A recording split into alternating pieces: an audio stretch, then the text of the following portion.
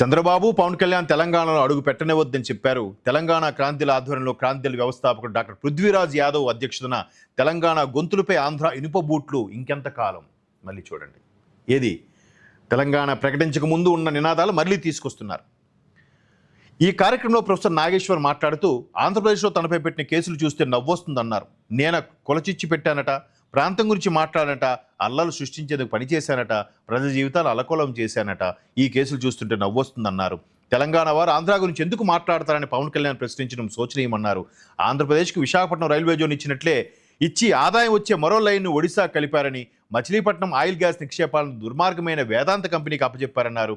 దీనిపై ప్రశ్నించాల్సిన ప్రభుత్వం మౌనంగా ఉండిపోయిందని తాను ప్రశ్నించేందుకే కేసులు పెట్టారు. చూడండి, ఎక్కడికో తీసుకెళ్లారు. చూడండి, పోనీ మీరు వీటి మీద ఏమైనా మాట్లాడారా? మీరు అక్కడ మాట్లాడింది అమిత్ షా గారు ఏదో చెప్పారన్నట్టుగా ఆయన మాట్లాడారు కదా, ఆ స్థాయి వ్యక్తి కదా.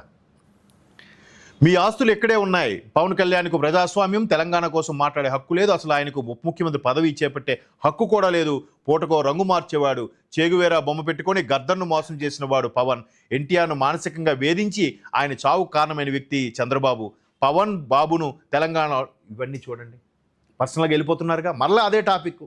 ఇంత మేధావులు, ఇంత ఇది కూడా మరలా చంద్రబాబు నాయుడు గారు ఎన్టీఆర్కి వెన్నుపోటు పొడిచారన్న టాపిక్ తప్పితే వేరే మాట్లాడడానికి ఆస్కారమే లేదు. ఇంకేంటి లేదు, అదొక్కటే గుచ్చి అదే. మరి ఇంకా కొత్త పాయింట్లు, కొత్త యాంగిల్లో చూసి చెప్పొచ్చుగా. సరే, అస్తిత్వం లేకుండా చేస్తాం ఏంటి? మీ ఆస్తులు, ఆధార్ కార్డులు ఇక్కడే ఉన్నాయి, మీ ఆస్తులు తగలబెట్టడం కాదు, అస్తిత్వం లేకుండా చేస్తాం.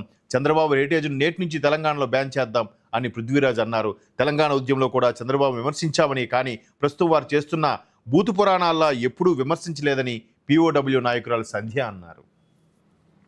ఎవరైనా వాళ్ళు తప్పుగా మాట్లాడారా అంటే, ఇది మరలా యుద్ధాన్ని తెలంగాణ ఆంధ్ర పరంగా ముందుకు తీసుకెళ్లే ప్రయత్నమా, లేదంటే ఒక వర్గాన్ని ఆకట్టుకోవడానికి ఇది లేపుతున్న వివాదమా ఏంటనేది విశ్లేషకులే చెప్పాలేమో. మరి అంతా సద్దుమణిగింది అనుకున్నాం. ఈయన కూడా వ్యాఖ్యలు వెనక్కి తీసుకున్నాక మళ్ళీ ప్రెస్ మీట్ పెట్టే ఉద్దేశం ఎందుకు వచ్చింది?